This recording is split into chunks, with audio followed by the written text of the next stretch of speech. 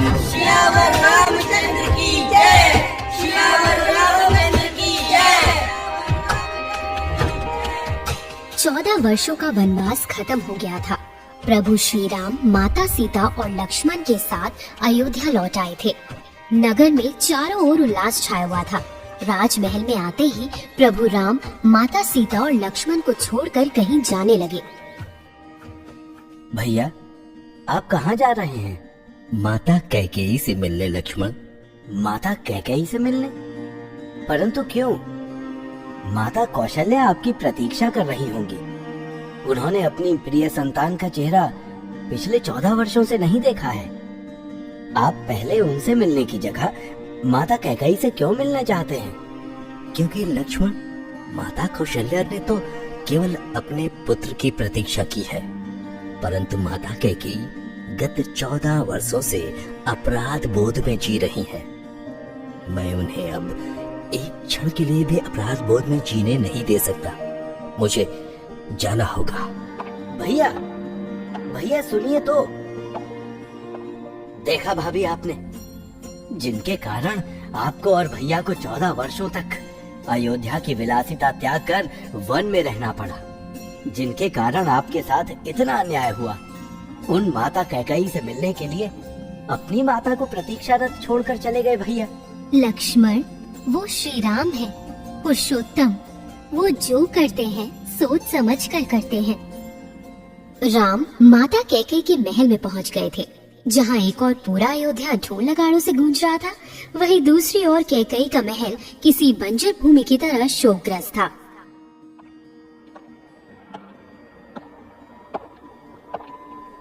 माता, माता, माँ। कौन? राम? हाँ माता, आपका राम। राम, मेरे पुत्र राम। माता, आप कितनी दुर्बल लग रही हैं। ये आपने अपनी क्या दशा बना ली है माता? ये तो मेरे पापों का दंड है राम। ये मेरी ही करनी है, जिसने मेरे मन और शरीर को दुर्बल कर दिया है। कैसा पाप माता, कैसा दंड। माता को तो विधाता भी दंड देने से पहले कई बार विचार करते हैं। विधाता माता को दंड नहीं देते राम, पर कुमाता को दंडित करने में वो भी संकोच नहीं करते। आपसे किसने कहा माता कि आप कुमाता हैं? जिस माँ के बेटे ने वर्षों पहले उसे त्याग दिया हो, जिसका पति उसके कारण पुत्र वियोग में मृत्यु को प्राप्त हो गया हो, वो कुमाता नहीं, पतिता नहीं, तो और क्या है राम? पर माता, आपने जो किया उसमें आपका क्या दोष था? ये तो प्रारब्ध था। पिताजी की मृत्यु आपकी करनी तो नहीं थी, उन्हें तो श्रवण कुमार के माता पिता का श्राप मिला था। आप तो केवल एक माध्यम थी उसके होने का। नहीं राम, मेरे ही भीतर लालसा जग गई थी अपने पुत्र को राज सिंहासन पर बैठा देखने की। मैं जिस पुत्र के माथे पर मुकुट देखना चाहती थी, वही पुत्र आज मेरा मुंह तक नहीं देखना चाहता। मैं अभागिनी हूँ। अपनी महत्वाकांक्षाओं के कारण मैं एक पूरे कुल को पतन की ओर ले गई। सब मेरी करनी है राम, सब मेरी ही करनी है। नहीं माता, इसमें केवल आपका दोष नहीं है। केवल आप नहीं थी जो महत्वाकांक्षाओं से ग्रस्त थी। मेरे पिताजी का भी दोष था, जो विवाह के समय आपके पिता को दिए गए वचन भूल गए थे। ना ही पिताजी उन वचनों को बोलते, ना ही वो होता जो हुआ। राम के ऐसा कहने पर कैकेयी उन्हें आश्चर्य से देखने लगी। माता कैकेयी अपने अतीत के उस भाग को भूल चुकी थी, इसलिए भूत, वर्तमान और भविष्य तीनों ज्ञाता राम ने उन्हें अपना अतीत याद दिलाया। क्या था माता कैकेयी का इतिहास और कौन सा वचन दिया था दशरथ ने माता कैकेयी के पिता को जो वो भूल गए थे? सुनिए कैकेयी की दृष्टि से रामायण को माँ कैकेयी के राम के अगले एपिसोड में।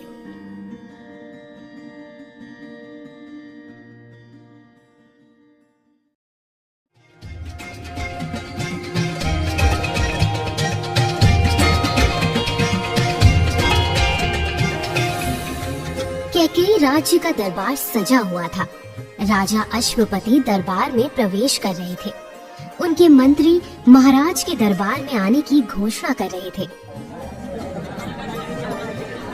राजाधिराज सम्राट अश्वपति दरबार में पधार रहे हैं। महाराज की जय हो। महाराज अश्वपति की जय हो। महाराज, आज दरबार के आगे एक विचित्र समस्या है। एक विचित्र प्रकरण हुआ है। कैसा प्रकरण मंत्री जी? विस्तार से बताइए। महाराज, ये सिपाही जिसका नाम करम है एक भगोड़ा है।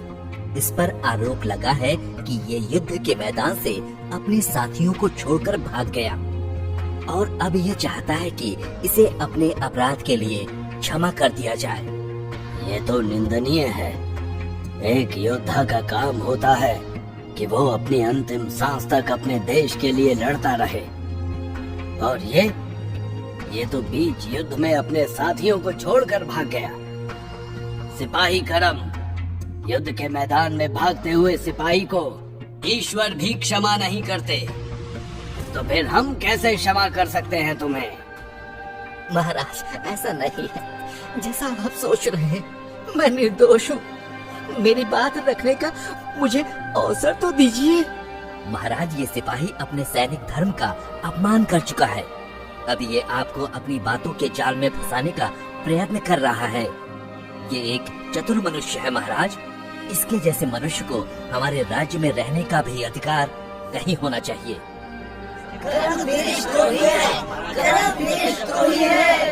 महाराज, अब तो पूरी सभा भी यही मानती है कि ये मनुष्य देशद्रोही है।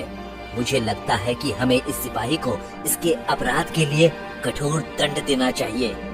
ऐसे सिपाही को तो देश निकाला होना चाहिए महाराज। मुझे तो लगता है इस भगोड़े सिपाही को मृत्यु दंड मिलना चाहिए। मैं निर्दोष हूँ महाराज। महाराज, मैं निर्दोष हूँ। महाराज, मुझ पर भरोसा कीजिए, मैं निर्दोष हूँ महाराज। पूरी सभा सिपाही करम को कठोर दंड दिलवाने के लिए उत्सुक थी, लेकिन महाराज अश्वपति किसी सोच में डूबे हुए थे। वो किसी से कुछ कह नहीं रहे थे। महाराज, आपने क्या विचार किया? पूरी सभा आपके निर्णय की प्रतीक्षा कर रही है। आप सही कह रहे हैं मंत्री जी। मुझे दरबार को प्रतीक्षारत नहीं छोड़ना चाहिए। निर्णय तो मुझे करना ही होगा। तो मैं सम्राट अश्वपति ये निर्णय लेता हूँ कि ठहरिए पिताजी। जैसे ही अश्वपति अपना फैसला सुनाने लगे, उन्हें अपनी बेटी राजकुमारी कैकेयी की आवाज सुनाई दी। कैकेयी के दरबार में आते ही सारी आंखें उन पर जा टिकी। उन्हें वहाँ देखकर दरबारी आपस में ही बात करने लग गए। ये तो राजकुमारी कैकेयी है। कितनी सुंदर दिख रही है राजकुमारी। राजकुमारी तो किसी अप्सरा से कम नहीं है। राजकुमारी सिर्फ दिखने में सुंदर नहीं है, उनका मन भी सोना है, सोना। राजकुमारी दरबार में अपने पिता के सिंहासन के पास पहुंची। उन्होंने अपने पिता और कैकेयी सम्राट के आगे अपना सिर झुकाया। कैकेयी पुत्री, तुम आज दरबार में कैसे? क्षमा करे पिताजी, पर मैं दरबार के पास ही थी। मैंने यहाँ हो रही सारी बातों को सुना और मुझसे रहा नहीं गया, इसलिए मैं यहाँ चली आई। मैंने मंत्री जी की बातें भी सुनी और दरबारियों की बातें भी, लेकिन क्षमा करें पिताजी, पर मुझे लगता है कि महाराज को केवल दरबारियों की बातों में आकर या उनके क्रोध को देखकर निर्णय नहीं लेना चाहिए। जनता की बातों में आकर लिया गया निर्णय न्याय संगत नहीं होता। तुम कहना क्या चाहती हो पुत्री? मैं केवल इतना कहना चाहती हूँ पिताजी कि सिपाही करम को भी अपना पक्ष रखने का अधिकार होना चाहिए। लेकिन राजकुमारी, ये आदमी एक देशद्रोही है। ऐसे मनुष्य का पक्ष क्यों सुनना चाहेगा दरबार? मंत्री जी, सिपाही करम देशद्रोही है या नहीं, इसका फैसला आप महाराज पर छोड़ दीजिए। अभी के लिए मैं सिपाही करम का पक्ष सुनना चाहती हूँ। पिताजी, क्या आपकी आज्ञा है? मुझे लगता है राजकुमारी कैकेयी सही कह रही हैं। हमें सिपाही करम का पक्ष सुनना चाहिए। सिपाही करम, निर्भय होकर अपना पक्ष रखिए। आपका बहुत बहुत आभार राजकुमारी जी। यहाँ इस दरबार में सब मुझ पर न जाने कैसे कैसे आरोप लगा रहे हैं। सब कह रहे हैं कि मैं भगोड़ा हूँ। मैंने अपने साथियों को युद्ध के मैदान में अकेला छोड़ दिया, लेकिन ये सही नहीं है। मैं अपनी पलटन के साथ पहाड़ी पर चढ़ रहा था। वहां पर दुश्मन सेना के कुछ सिपाही छुपे होने की हमें गुप्तचरों से सूचना मिली थी, इसलिए हम सब वहां जा रहे थे। हमारी पलटन का गठन कुछ ऐसा हुआ था कि मैं और मेरे सिपाही मित्र गौतम सबसे आखिरी में चल रहे थे और हमारे बाकी सिपाही मित्र हमसे बहुत आगे निकल चुके थे। सिपाही गौतम, आपको क्या लगता है गुप्तचरों की सूचना सच हो सकती है? दुश्मन देश का कोई भरोसा नहीं करम। ये लोग किसी भी हद तक गिर सकते हैं। ये लोग शायद कैकेयी राज्य की सेना के पराक्रम से अपरिचित हैं, इसलिए इस तरह की मूर्खता कर रहे हैं। अपरिचित है तो क्या, परिचित हो जाएंगे। ये आपने सही कहा। लेकिन राजकुमारी, जब हम पहाड़ी पर पहुंचे तो वहां जो कुछ हमने देखा उसे देखकर हम चकित रह गए। पहाड़ी के शिखर पर हमारे सैनिकों की लाशें पड़ी हुई थी। हमारी पलटन के सारे सिपाही वीर गति को प्राप्त हो चुके थे। वहां केवल हमारे सिपाहियों की लाशें थी और कोई नहीं। गौतम और मैं कुछ समझ पाते उससे पहले ही गौतम पर किसी ने हमला कर दिया। सिपाही करम, तुम जल्दी से नीचे जाओ और तुम्हारी सेना की बाकी पलटनों को इस हमले की सूचना दो। लेकिन आपका क्या होगा गौतम? मैं यहाँ सब संभाल लूंगा, लेकिन अगर तुम और मैं दोनों हमले में मारे गए तो हमारे साथियों को कभी इस हमले के बारे में पता नहीं चल पाएगा। इसके कारण और अनर्थ हो सकता है, इसलिए भागो करम। ठीक है, तुम अपना ध्यान रखना गौतम। राजकुमारी, मैं नीचे आया और मैंने सेना के अधिकारियों को सूचना दी। सूचना पाकर वो लोग पहाड़ी पर गए भी और दुश्मनों का उन्होंने खात्मा भी कर दिया। पर न जाने क्यों इन सब के अंत में सिपाहियों ने मुझे भगोड़ा कहकर पकड़ लिया। हाँ, तो अपने सभी साथी को दुश्मन के पास छोड़कर भागने वाला भगोड़ा ही हुआ ना। तुम जैसे लोग तो वैसे भी अवसर पाते ही मैदान छोड़ देते हो। राजकुमारी कैकेयी, अब तो आपको समझ में आ गया ना कि ये सिपाही करम भगोड़ा ही है। आपने शायद इस सिपाही की बात ठीक से नहीं सुनी मंत्री जी। अगर वो भी दुश्मनों से लड़ने में मर जाता तो हमारी सेना को कभी दुश्मनों के बारे में पता ही नहीं चलता और ये हमारे राज्य के लिए बहुत घातक साबित होता। युद्ध में केवल लड़ना एक सिपाही का काम नहीं होता। अपनी सूझबूझ और समझदारी से आने वाले संकट को रोकना भी उसी का ही काम है। इसलिए मुझे नहीं लगता कि करम भगोड़ा है। वो कोई देशद्रोही नहीं, एक निष्ठावान सिपाही है। आप क्या कहते हैं पिताजी?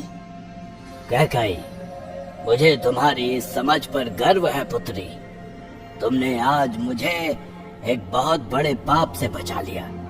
अगर मैं दरबारियों के कहने में आकर इस निर्दोष सिपाही को कोई दंड दे देता तो मुझसे जघन्य अपराध हो जाता।